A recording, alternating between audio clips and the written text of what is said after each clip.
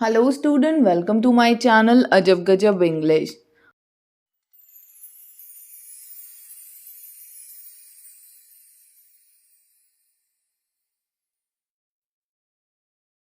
और आज है डे 19 और आज हम डिस्कस करने लगे हैं ग्लिम्पसेस ऑफ इंडिया पार्ट 1। और पार्ट 1 कौन सा है? A baker from Goa. तो जैसा आप यहाँ पे टाइटल से ही देख रहे हो कि किसके बारे में इस चैप्टर में बात होगी, बेकर्स के बारे में बात होगी। और वो जो बेकर्स हैं वो कहाँ से बिलोंग करते हैं? गोवा से बिलोंग करते हैं। तो गोवा जब भी सुनते हो ना तो तुम्हारे दिमाग में बस एक ही चीज़ आता है, क्या कि बीचेस बीचेस बीचेस, ठीक है। बट गोवा हमेशा सिर्फ बीचेस के लिए ही फेमस नहीं था, बल्कि गोवा में जो बेकर्स थे बच्चे वो भी बहुत ज़्यादा इम्पोर्टेंट थे और उनके लिए भी जो हमारा गोवा है ना वो फेमस है। तो चलो इस चैप्टर को हम डिस्कस करना स्टार्ट करते हैं, फिर आज आपको पता लगेगा कि गोवा में कौन से बेकर्स हैं और किस लिए वो फेमस हैं। तो सबसे पहले ध्यान से समझना, इंट्रोडक्शन देख लो क्या कहता है। ये जो पर्टिकुलर चैप्टर है ना, अ बेकर फ्रॉम गोवा, इसमें क्या है, जो ट्रेडिशनल गॉन विलेज था, ठीक है, वहाँ पे जो बेकर्स रहते थे उसको सेंटर में रख के ये जो चैप्टर है वो लिखा गया है। और इसमें हमें ये पता चलेगा कि ये जो बेकर्स थे, ठीक है, वो कितने ज़्यादा इम्पॉर्टेंट प्लेस रखते थे अपनी सोसाइटी में। मतलब क्या हो गया कि जो बेकर्स थे, ठीक है, वो अपनी सोसाइटी का एक, आप कह सकते हो, महत्वपूर्ण हिस्सा थे। ऐसा नहीं कि फालतू थे बेचारे, ठीक है ना। उसके बाद देखो क्या कहता है इस पर्टिकुलर चैप्टर में ना, जो नरेटर है हमारे इस चैप्टर के, वो अपनी यादों की गलियों में चले जाते हैं और उनको याद आता है, ओहो जब मैं छोटा था ना तो मैं भी लोब्स खाया करता था, किसका? ब्रेड का बना हुआ। और ये कौन बनाते थे? बेकर फ्रॉम गोवा, मतलब जो गोवा में बेकर्स थे वही बनाया करते थे। तो इस पर्टिकुलर चैप्टर में आपको बेकर्स के बारे में बहुत अच्छी अच्छी बातें पता लगेगी। साथ में आपको पता लगेगा कि जो हमारे नरेटर हैं वो बचपन में कैसे थे। जब मैं छोटा बच्चा था मैं बड़ी शरारत करता था, कुछ इस तरीके की फीलिंग इस चैप्टर में आपको आएगी। चलिए बच्चा पार्टी, फिर हम समरी को डिस्कस कर लेते हैं। तो इस पर्टिकुलर चैप्टर में हमें किस चीज़ के बारे में पता लगता है कि ओल्ड पोर्तुगीज डे, पुराने पोर्तुगीज डेज में जब आप जाओगे तो आपको पता लगेगा कि गोवा के लोग किसको खाया करते थे? लोव्स ऑफ ब्रेड को खाया करते थे। आज वो जो ब्रेड है वो नो डाउट डिसअपेयर हो चुका है, लेकिन जो ये ब्रेड बनाते थे, जो ये बेकर्स थे, वो अभी भी गोवा में एग्जिस्ट करते हैं। मतलब क्या, वो गोवा में ही रहते हैं।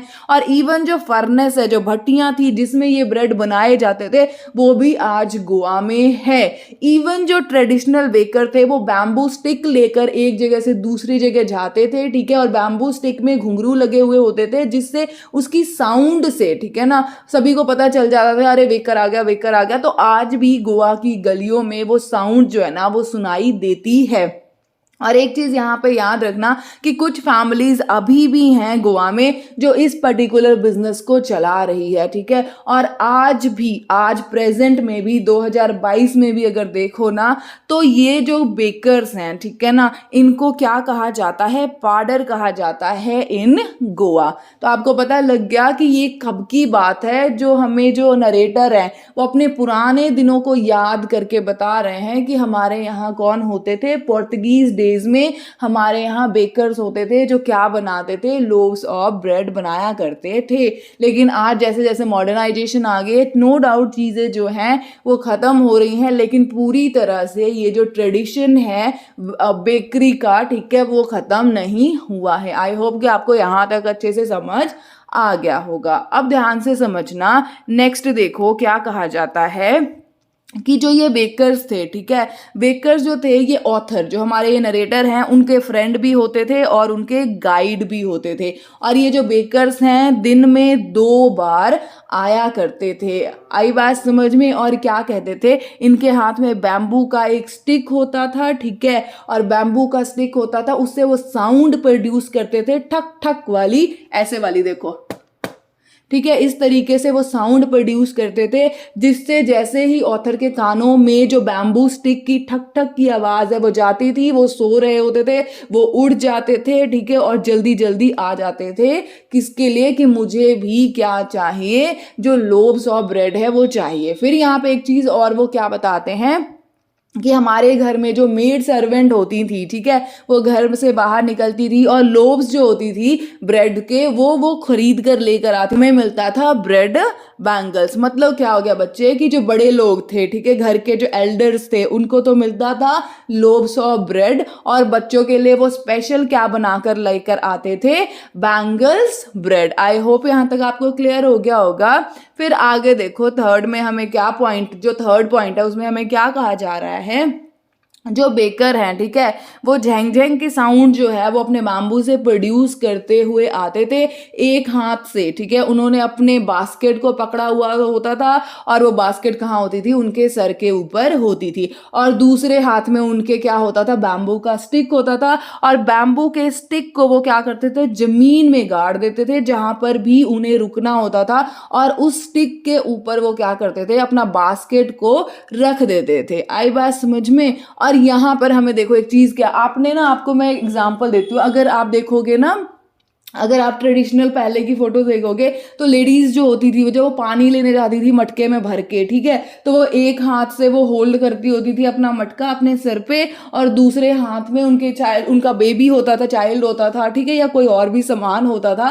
तो आप वहां से इस चीज को रिलेट कर सकते हो कि जो ये बेकर्स होते थे उनके सर के ऊपर एक टोकरी होती थी जिसमें जो लोव्स थे, ठीक है, और बैंगल्स होते थे ब्रेड के, वो भरे हुए होते थे। दूसरे हाथ में इनके क्या होता था, स्टिक होता था, बैम्बू स्टिक होता था, जिसके सहारे वो चलते होते थे। सहारे तो नहीं बोल सकते क्योंकि उनके हाथ पर बहुत सही सलामत है, एक्चुअली वो लेकर चलते थे, क्योंकि जब भी उन्हें कहीं पे रुकना होता था तो अपने जो बास्केट है ना, वो उस बैम्बू स्टिक के ऊपर ही वो रखते थे, उसके बाद लोगों को चीजें जो है ना वो डिस्ट्रीब्यूट करते थे। आई होप कि आपको यहाँ तक समझ आ गया होगा।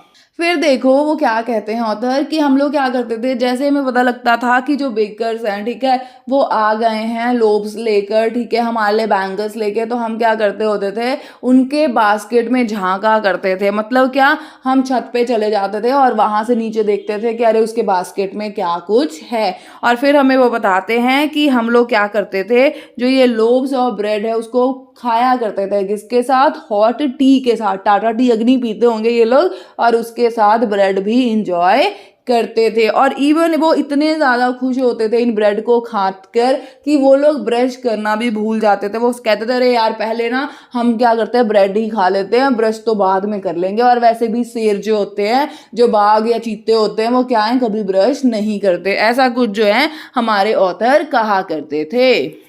आगे ध्यान से समझना, जो फोर्थ पॉइंट है वो क्या बताता है, इंपॉर्टेंस बताता है। ये जो ब्रेड है, ठीक है, जो लोव्स ऑफ ब्रेड है, इसकी क्या इंपॉर्टेंस है कहाँ पे, गोवा में। तो हमें क्या बताया जाता है, the baker was very important for all occasion, ठीक है। जो ये बेकर्स थे वो सभी ओकेजन में बहुत ज़्यादा इंपॉर्टेंस है, क्योंकि जितने भी मैरिज हो जाए या कोई भी मतलब फेस्टिवल हो, ठीक है, घर में भी कोई त्योहार आप मना रहे हो, कोई भी मतलब हैप्पी ओकेजन हो ना, तो इन ब्रेड की बहुत ज़्यादा इंपॉर्टेंस होती थी। इवन जब मैरिज में अगर आपको गिफ्ट देना है, ठीक है, तो अगर आप ब्रेड नहीं दे रहे हो तो ऐसा लगता था कि आपका जो मैरिज का गिफ्ट है वो मीनिंगलेस हो जाता है, ठीक है। और ये जो स्वीट ब्रेड, ये जो मैरिज में गिफ्ट करते थे, उसे वो क्या बुलाते थे, बोल बुलाते थे, ठीक है, BOL। उसके बाद देखो इन ब्रेड की हेल्प से वो सैंडविच बनाते थे, केक्स बनाते थे, ठीक है, एंड बोलिहास भी बनाते थे। आई होप यहाँ तक आपको समझ आ गया होगा। तो आप ये खुद सोच कर देखो ना कि ये जो ब्रेड है वो कितना ज़्यादा इम्पॉर्टेंट है गोवा में। उसके बाद देखो फिर जो नेक्स्ट फिफ्थ पॉइंट है उसमें हमें बताया जा रहा है जो हमारे बेकर्स हैं उनकी ड्रेस कैसी होती थी। तो क्या कहता है, जो बेकर्स थे वो एक अजीब सा ड्रेस पहन कर आते थे और उस ड्रेस को क्या कहा जाता है, कबाई, ठीक है। उस ड्रेस को क्या कहा जाता है, कबाई। और वो कैसा होता था, एक सिंगल पीस का फ्रॉक होता था, नीज घुटने तक का फ्रॉक होता था। आई होप यहाँ तक आपको समझ में आ गया होगा। अब आप इमेजिन कर सकते हो कि किस तरीके के जो ये बेकर्स हैं वो लगते होंगे। आई होप यहाँ तक आपको अच्छे से क्लियर हो गया। उसके बाद जो सिक्स्थ पॉइंट है देखो, वो हमें बताया जाता है कि जो बेकर्स है वो एक हैप्पी फैमिली है। क्या बताया जाता है, देखो कि जो बेकर्स थे, ठीक है, वो यूजली अपने बिल जो है मंथ के एंड पे कलेक्ट करते थे। मतलब ऐसा नहीं है कि वो उन्होंने ब्रेड दिया आज आपको और 10 रुपए लेके चले गए, नहीं, वो पूरे मंथ 30 दिन आपको ब्रेड जो है वो प्रोवाइड करते थे, ठीक है। उसके बाद वो क्या है, मंथ एंड पर ही अपना हिसाब किया करते थे। आई होप यहाँ पर क्लियर हो रहा होगा आपको कि वो कितने ज़्यादा लॉयल थे या कितना उनको ट्रस्ट था जो भी लोग उनसे ब्रेड खरीदा करते थे। आई होप आपको समझ आया होगा। फिर देखो आगे क्या कहा जा रहा है कि ये जो बिजनेस है ना बेकरी वाला, वो आज भी गोवा में एक प्रॉफिटेबल बिजनेस है, इसमें कभी भी नुकसान नहीं होता है, ठीक है। और ये जो फैमिली है जो बेकरी में इन्वॉल्व है, पूरी फैमिली, ये कभी भी भूखे नहीं मरते। आप इनकी बॉडी से देख सकते हो, मतलब क्या ये मोटे तगड़े हैं, खाते पीते घर के हैं। तो इससे हमें पता चल जाता है कि ये लोग क्या हैं, कभी भी भूखे नहीं रहते हैं। यही पूरा चीज जो है इस पर्टिकुलर चैप्टर में है। मैं एक रीकैप अगर तुम्हें दूं ना तो ध्यान से समझना। देखो बच्चा पार्टी, ये जो पर्टिकुलर चैप्टर है ना बेटा, अगर फनी तरीके से समझो तो किसके बारे में है, बेकर्स के बारे में है। कौन से बेकर हैं, जो गोवा में रहते थे, ठीक है। नो डाउट मॉडर्नाइजेशन आ गई, सब कुछ आ गया, जो नो डाउट कि ये जो बेकरी वाला सामान है, ठीक है, उसका यूज जरूर कम हो गया, बट ये नहीं है कि यूज बिल्कुल ही खत्म हो गया, ठीक है। आज भी जो ये मतलब बेकर जो भी चीजें बनाते हैं, चाहे वो बैंगल्स बनाते हैं, खाने वाले बैंगल्स होते हैं बेटा, पहनने वाले नहीं, पहले याद रखना। उसके बाद लोव्स ऑफ ब्रेड होते हैं, वो आज भी बहुत ज्यादा पॉपुलर हैं। इवन जितने भी आप गोवा में स्पेशल ओकेजन देख लो, शादी ब्याह देख लो, पूजा पाठ देख लो, ठीक है, ये कोई भी ओकेजन हो गया तो वहां पर इन ब्रेड की बहुत ज्यादा वैल्यू होती है। इसका मतलब क्या है, जो गोवा के लोग हैं उन्होंने अपना ट्रेडिशन जो है उसको कहीं ना कहीं सहेज के रखा, और ये बहुत अच्छी बात है कि हम अपना जो ट्रेडिशन है उसे बनाकर रखते हैं। फिर हमें क्या बताया जाता है कि जो ऑथर हैं वो अपनी पुरानी यादों को ताजा कर रहे हैं, जब वो छोटे बेबी होते थे, छोटे बच्चे होते थे, और वो कहते हैं कि हमारे जब हम छोटे होते थे ना तो हमारी गलियों में बेकर्स आते थे अपने ये जो मतलब बेकर्स जो अपने ये लोब्स बनाते हैं उसे बेचने के लिए, ठीक है। हम लोग बहुत ज़्यादा इंजॉय करते थे। बच्चों के लिए स्पेशल वो रिंग टाइप का मतलब ब्रेड बनाकर लेकर आते थे, उसे हम लोग खाया करते थे। फिर वो आगे क्या बताते हैं कि वो एक अजीब टाइप का ड्रेस पहनते थे, वो ऐसा लगता था कि एक सिंगल फ्रॉक होता है, नीज घुटने तक का एक फ्रॉक होता था, वो ऐसा पहनते थे। और ये लोग जो थे बहुत ज़्यादा लॉयल थे और इनको सोसाइटी में बहुत ज़्यादा रिस्पेक्ट भी किया जाता था, क्योंकि ये ऐसा नहीं है, इनको ट्रस्ट पे इनका सारा बिजनेस चलता था, और इसी वजह से इनका बिजनेस जो है एक प्रॉफिटेबल है, इसमें कभी भी नुकसान नहीं होता। अगर आपने गोवा में जितने भी बेकर्स हैं उनको जाकर आप अगर आप पर्सनली मिलते तो आपको पता लगेगा कि वो एक अच्छी फैमिली से बिलोंग करते हैं। मतलब अच्छी family in the sense high rich royal family की बात नहीं कर रही हूँ, मतलब कि ऐसी सुख समृद्ध फैमिली जिसमें किसी चीज की कमी ना है, खाने पीने के लिए सब कुछ है, जो भी डेली रिक्वायरमेंट्स होती है वो सब कुछ यहाँ पर आपको अवेलेबल मिलेगी। तो आई होप कि आपको ये जो चैप्टर का एक्सप्लेनेशन है वो अच्छे से समझ आ गया होगा।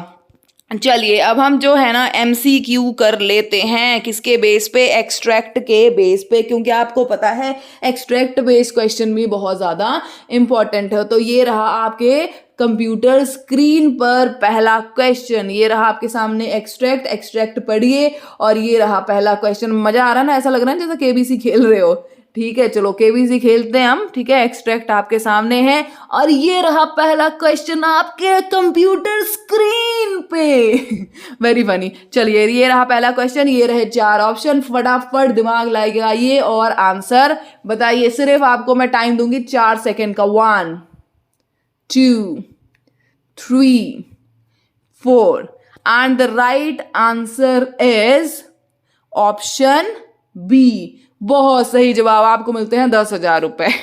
चलिए जी नेक्स्ट क्वेश्चन देखिए आपके कंप्यूटर स्क्रीन पर, फटाफट, टाइम बिल्कुल भी वेस्ट नहीं करना है।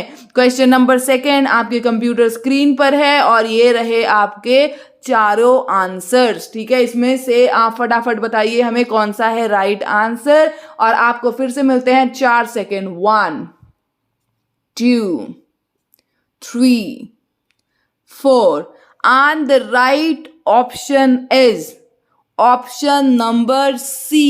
वेरी गुड, फिर से आप जीत जाते हैं 10,000। Very good very good very good, बहुत अच्छे बच्चे हो। मजा आ रहा है ना KBC खेलने में, लेकिन ये KBC हम कौन से बेस पे चल रहे हैं भाई, बेकर फ्रॉम गोवा के बेस पे चल रहे हैं। चलो क्वेश्चन नंबर 3 देखो फटाफट, जो आपके कंप्यूटर स्क्रीन पर है, और फटाफट आंसर लगाइए। Hurry up hurry up hurry up. Again I am giving you 4 second. 1 2 3 4 and the right answer is option number C। very good, आपको फिर से मिलते हैं 10,000 रुपए। चलो 3 क्वेश्चन 30,000 रुपए हो गए यार, ये तो बताओ कमाई भी कर रहे हो और क्या चाहिए आपको। चलो नेक्स्ट क्वेश्चन देखो, क्वेश्चन नंबर 4। और ये रहा क्वेश्चन नंबर 4 आपके कंप्यूटर स्क्रीन पे। चलो ये रहे आपके 4 ऑप्शन, फटाफट जो क्वेश्चन है उसे पढ़िए और आंसर जो है वो फटाफट आप बताइए मुझे। और फिर से आपको दिया जाता है 4 सेकंड का टाइम और आपका टाइम शुरू होता है अब।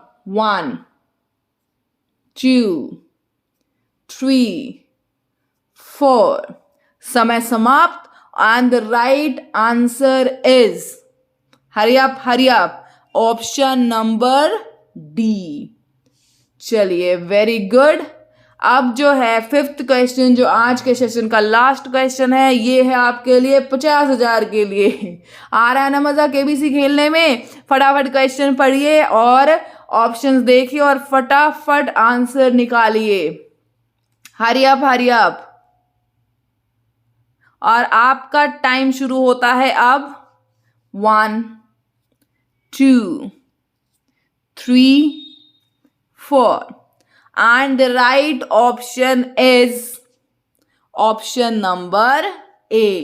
I hope कि आपको 50,000 मिल गए होंगे सारे, मतलब क्वेश्चन सही होंगे। अगर सही नहीं है तो बच्चा पार्टी, प्लीज प्लीज प्लीज मेहनत करो। चैप्टर बहुत ही इजी है, आप थोड़ी मेहनत करोगे तो आराम से आप जो सारे के सारे क्वेश्चन है ना उसे आराम से कर पाओगे। देखो आज मैंने केबीसी भी खिलाया ना तुम्हें अपने चैप्टर के साथ साथ, मजा आया। बस हमेशा पढ़ते रहो, ठीक है ना, टेंशन मत लेना, आराम आराम से करोगे तो बहुत आसानी से सब कुछ हो जाएगा। देखो आज है डे 19, मतलब क्या 19 दिन से हमने अपना जो टारगेट है ना कि हमने अपने बच्चों को 90+% दिलाने हैं इस बार सीबीएसई 2023 के एग्जाम में इंग्लिश में।